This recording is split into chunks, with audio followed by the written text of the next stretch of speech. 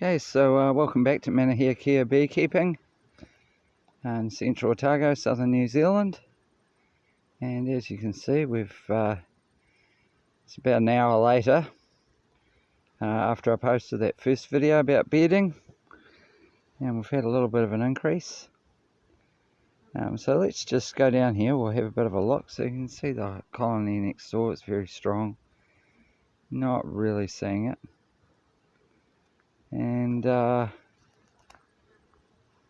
just pop down in here, see what we got. So you can see there, we're not really seeing any pollen. Bees are sort of acting a little bit frantic.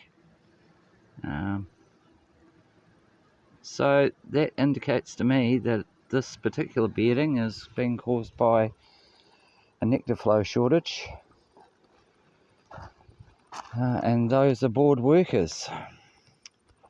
So we've made up a little bit of syrup, just a wee bit, and we're going to pop this colony open and see what we can see in there.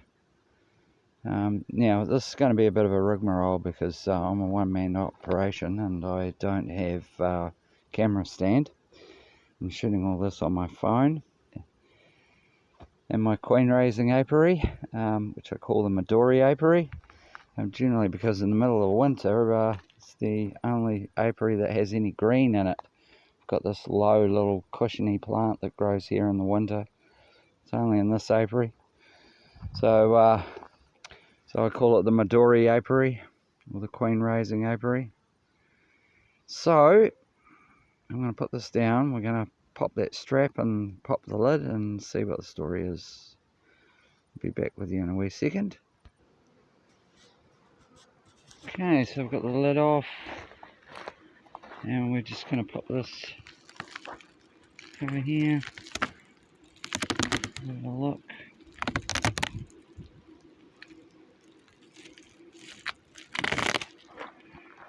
This.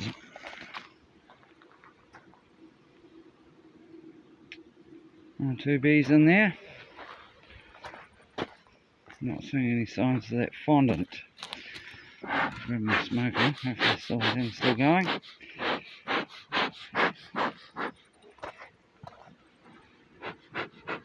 just give the entrance a bit of a puff. Try and turn it off a wee bit. Let's have a look here. Alright, pop the old smoker down. And let's have a wee bit of a look. A nice looking wee drone there. And okay.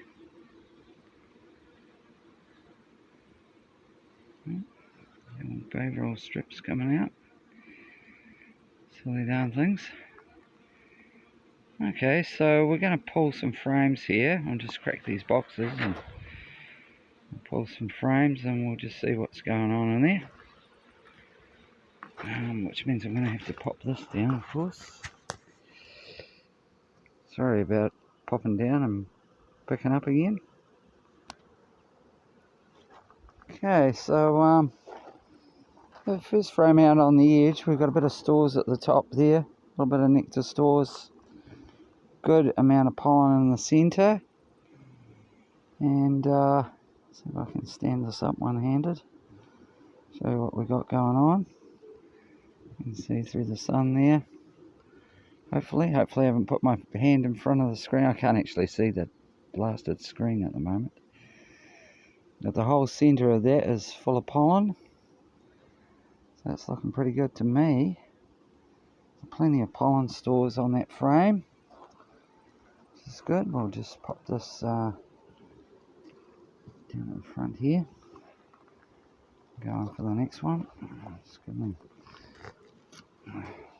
I usually like to have my hive tool on my right hand all the time. So this is a little bit uncomfortable. Come on girls, out of the way. There we go. Certainly been building up plenty of propolis. which is another sign that they're getting bored. I hate lifting frames out by the centre by this, but okay, so we've got some foundation there, a little bit of comb, nothing really going on with that. I don't really like having foundation in hives at this time of the year. I want them concentrating on putting in stores. So a reasonable population of bees in here, which is good. It's very strong. I might have to split this. That might be the problem. Got a little stone on the top of the blasted frame there. I don't know how that happened. Anyway, hopefully this silly thing's still going because I can't see it. I can't see the thing to know. This is very difficult. I really don't want to be picking these up by the centre, but unfortunately I'll have to invest in a wee camera holder, I think. I'm a big fan of picking frames up like this. But just have a quick look, scan for the queen. Scan for the queen, so that's a frame of brood. Nice looking drones in there. Not too many. Drone population starting to come down a bit. Brood's looking very good, plenty of stores. Yeah, nice arc of stores right across the top there. Both honey and pollen. That's exactly what I want to be seeing. What have we got here? I don't want to be seeing though, is that floating up? Silly old thing. Sorry if I keep moving the camera out of shot because this is actually quite difficult to do one-handed. Right, just pop that overall strip. Another comb there. Yeah, that's empty drawn comb. Empty drawn comb. So, got some room up here. Okay. Let's look down in there. Yeah, there's a reasonable amount of bees in there. So, there is no fondant left. And this colony is fairly strong. So, I really need to go through it thoroughly, two-handed, and just check out, see if we've got any queen cells in here. Need to be absolutely sure of that, because this colony might just be a wee bit too strong, so I might just have to split it, which is a bit of a darn nuisance. So I really don't want to be splitting colonies at this time of the year. I know a lot of beekeepers do split their hives in autumn, early autumn. I prefer to do it in spring. I think you get better success that way. You've got the entire season ahead of you. So if there's any issues, it's easier to address them. But autumn splits, you've got a very narrow window. So I'd rather not split this. I'm just going to go through this and just see how much brood we've got. She should be pulling back a wee bit, but this is what the David Woodward queen, he's one of the best queen breeders in New Zealand, in my opinion. Everybody will have a different opinion on who's a good queen breeder and who's not. He teaches the beekeeping class at Polytech, both in Dunedin and here in central Otago.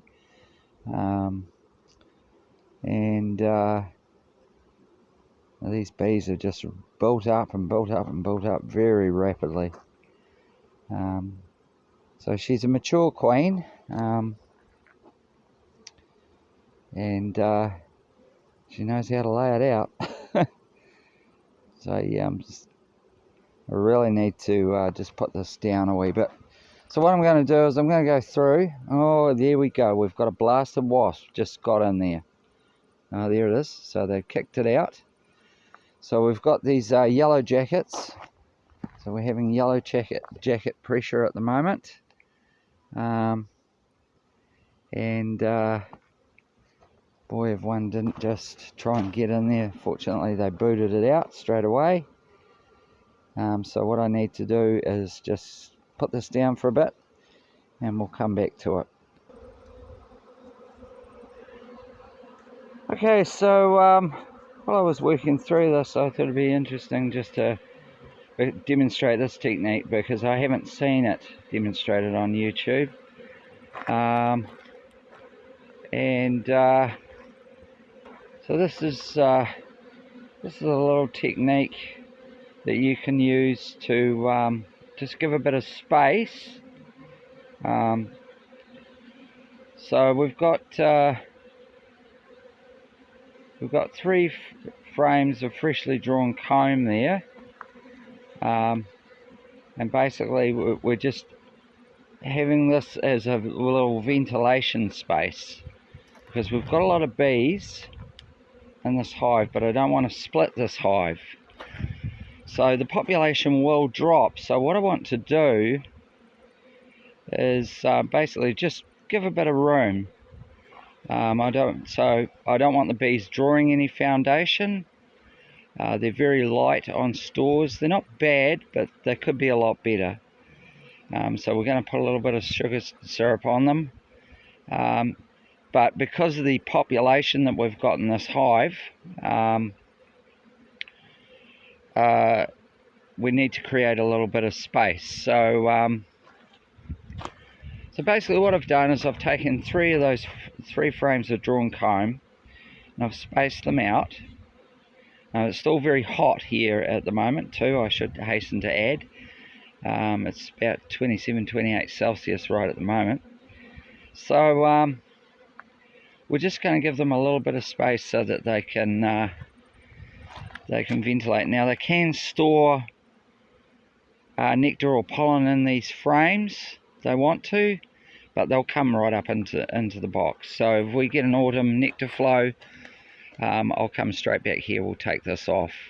So we've got reasonable amount of brood. It's about the amount of brood that I would expect to see this time of the year, about 6 frames of brood. Queen's slowing down. There's not the pollens and nectar coming in, so she's sort of backing off, but we've still got that strong summer population. So because I don't want to split this hive, what I'm going to do here is I'm going to create this little ventilation hive down the bottom here, just to give a bit of space. We'll put the brood nest on the top. We'll have the honey super of this box, this one here. I'll put that on next, and then I'll put the brood box on top, and then we're going to put a little bit of feed on them, not a lot. We'll just see if they take that feed. I think they're going to take that feed, so I've just made up a wee batch, about 1 litre, just to see if they're going to take it. And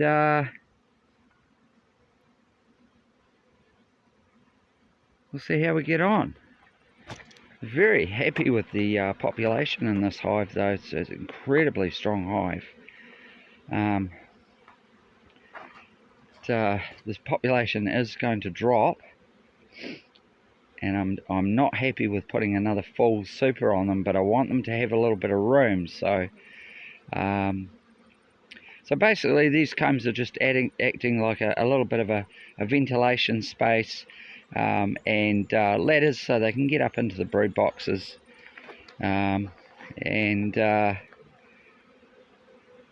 if they start bringing in stores, they'll start packing them into these combs. We'll just have to see. Not every year do you get an autumn nectar flow. There was quite a reasonable one last year. We may get a good one this year. We've had a decent wee bit of rain now. But you know, you never count on it. You never count on that autumn nectar flow because it's very hit and miss. So so we're gonna put this colony back together. Obviously you have to smoke that box off. But Yeah, I've just been keeping a very close eye on the entrance as I've been working, and I'm just not seeing bees coming back into the hive with pollen on them. So obviously out trying to get stores, but what's going to happen, of course, is if they don't find anything, they're going to start burning through the stores they have, and I'm not very happy about the amount of stores that they have at the moment. So we're going to put a little bit of feed on them, and I'll make up a big batch for this apiary tonight, and then I'll put a few litres on them, and we add a little bit of Hive Alive to it, which I've been trying out Hive Alive this year. I mean, they're not sponsoring me or anything. I wish they would, but they're not. But yeah, fantastic product, and a lot of this bee growth that I'm seeing, especially in these little queen raising colonies, because you take a lot out of them, I think is due to me using that Hive Alive product. So I'm very impressed with it. I love the fondant, and it's very handy and convenient. It's a little bit more on the expensive side, but you know, you pay for convenience. Yeah, so very happy with the population in this hive. This is going to be a great little queen raiser for next spring. And we will see the population drop off. We're just going to create a little bit of ventilation space, and hopefully that'll solve the bearding problem a wee bit. And we'll put some nectar on, which will means they'll be burning through sugar syrup on, which means they'll be burning through sugar syrup rather than burning up the honey stores, which I absolutely don't want them burning through the honey stores at the moment. Okay, so there we go. So that's that was what we discovered. So if you see unusual bearding, if I'd seen all three of these hives bearding, I'd have put it down to maybe a little bit of congestion and the heat. But these other two colonies weren't bearding. So whereas this colony here, yesterday you couldn't see those boxes for bees. They were right around the entire hive. That's excessive bearding. And so so it was when you see things like that that are sort of a little bit out of the ordinary, that's an indication you want to get in there and just have a wee bit of a look in there, make sure everything's okay. In this case, we've had to intervene by creating a little ventilation space, and we're going to put some feed on the bees because I'm not happy with the weight. And maybe if that didn't happen, I wouldn't have discovered that for another week, 2 weeks. So when you see unusual behaviour, don't just sort of ignore it. If you think it's that unusual, then it probably warrants a look. I'm very happy with this colony though. This is boy, this queen is just spitting out the bees. Brood pattern is fantastic. Like even now, it's the brood pattern is smaller, but because she's sort of shrinking down a bit. They've got plenty of pollen on, which I'm really happy about.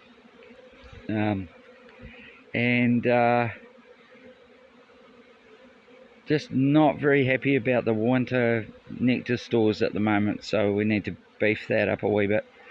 Okay, well I'm going to put this silly thing down and put this hive back together and put that feeder on. I was going to shoot a video of me doing that. We might make a separate one, I think. Maybe another day. We'll see how we get on with this. So I want to get this hive closed up as quickly as I can, because we've got those rotten, blasted yellow jacket wasps, German wasps, hanging around. We call them German wasps. Americans call them yellow jackets. And we've got a hive up there somewhere, a colony of yellow jackets up there somewhere, and it's a fairly sizable one. Ideally, at this time of the year, what I would love to do is to actually put an outside feeder out and get the bees get the bees going to a feed point. And I do have a feed point which is away from this apiary. It's up over there. So it's a good distance away from the apiary. That's really important. If you're doing outside feeding, you want the feeders a good distance away from the apiary, so you don't get robbing. Because that's the last thing you want, especially in a wee apiary like this. It can cause all sorts of commotion. So I'm very, very, very careful about liquid feed. In general, and especially in a small apiary like this, where you've only got a couple of hives, 3 or 4 hives of bees, you've got to be pretty militant about your feeding. So anyway, I'll shut up now. But there we go. So hope you enjoyed that. You know what to do if you enjoyed it. No, I'm not going to tell you what to do. You know what to do. You know the thing. And we'll see you for the next one, which might be fairly shortly, because I might make a wee short video about putting this feeder on. I don't know. We'll see how we get on. All right. Well, thanks for sticking with me on it. Hope you enjoyed it. And we'll catch you later.